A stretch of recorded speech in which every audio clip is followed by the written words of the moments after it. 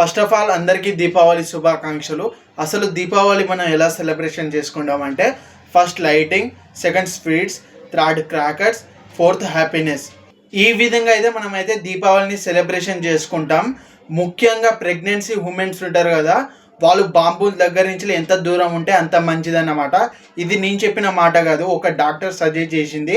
ఇప్పుడు మీకు ఒక వీడియో చూపెడతా, ఇది వీలైతే ఒక నలుగురికి షేర్ చేయండి, వాళ్ళకి యూజ్ వస్తుంది. ఇప్పుడైతే వీడియో అయితే చూపెడతా, చూడండి. హాయ్, దీపావళి వచ్చేసింది. మరి దీపావళి అంటే ఏంటి? Crackers, sweets, happiness, lights. So pregnant mothers మనం ఎలా కేర్ తీసుకోవాలి?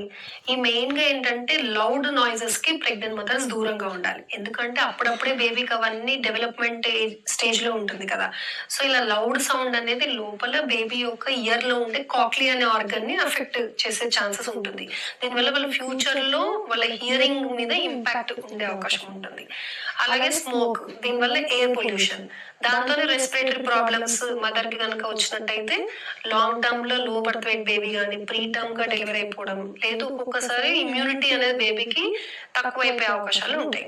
సో వీలైనంత వరకు ఈవినింగ్ టైంలో ఈ సౌండ్స్ ఎక్కువ ఉంటాయి, పొల్యూషన్, స్మోక్ ఎక్కువ ఉంటుంది. ఆ టైంలో ఇంట్లోనే ఉండండి, కంఫర్టబుల్ గా కూల్ గా ఉండే క్లోత్స్ వేసుకోండి. ఇంట్లోనే నెయ్యి దీపాలు కానీ ఆముదం దీపాలు కానీ చక్కగా వెలిగించుకోండి. ఇది మీ బేబీకి మీకు మంచిది. Thank you.